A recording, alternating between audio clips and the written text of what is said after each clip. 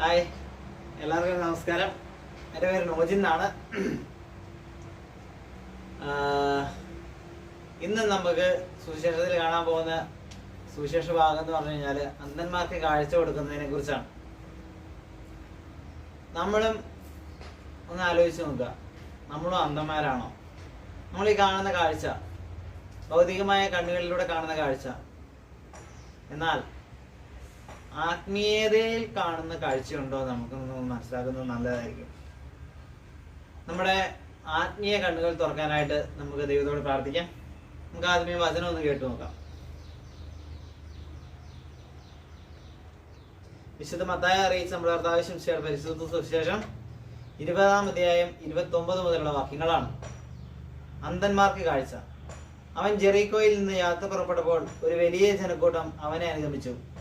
യേശു ആ വഴി കടന്നു പോകുന്നെന്ന് കേട്ടപ്പോൾ വഴിയരികിലിരുന്ന 2 അന്ധന്മാർ ഉച്ചത്തിൽ നിലവിളിച്ചു, കർത്താവേ, ദാവീദിന്റെ പുത്ര, ഞങ്ങളിൽ കനിയണമേ. മിണ്ടാതിരിക്കാൻ പറഞ്ഞുകൊണ്ട് ജനക്കൂട്ടം അവരെ ശാസിച്ചു. അവരാകട്ടെ, കർത്താവേ, ദാവീദിന്റെ പുത്ര, ഞങ്ങളിൽ കനിയണമേ എന്ന് കൂടുതൽ ഉച്ചത്തിൽ നിലവിളിച്ചു പറഞ്ഞു. യേശു അവിടെ നിന്ന് അവരെ വിളിച്ചു ചോദിച്ചു, ഞാൻ നിങ്ങൾക്ക് എന്ത് ചെയ്യണമെന്നാണ് നിങ്ങൾ ആഗ്രഹിക്കുന്നത്? അവർ പറഞ്ഞു, കർത്താവെ, ഞങ്ങൾക്ക് കണ്ണുകൾ തുറന്നു കിട്ടണം.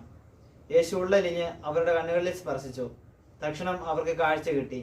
അവരും അവനെ അനുഗമിച്ചു. ദൈവമായ കർത്താവിന് സ്തുതി. യേശു ഉള്ളലിഞ്ഞ് അവരുടെ കണ്ണുകളിൽ സ്പർശിച്ചു.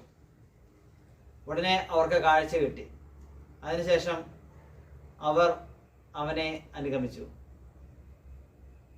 അവരുടെ കണ്ണുകൾ തുറന്നതിന് ശേഷമാണ് ഈശോയെ അനുഗമിക്കാനുള്ള ഒരു വീണ്ടും വിചാരം അവർക്ക് ലഭിച്ചത്.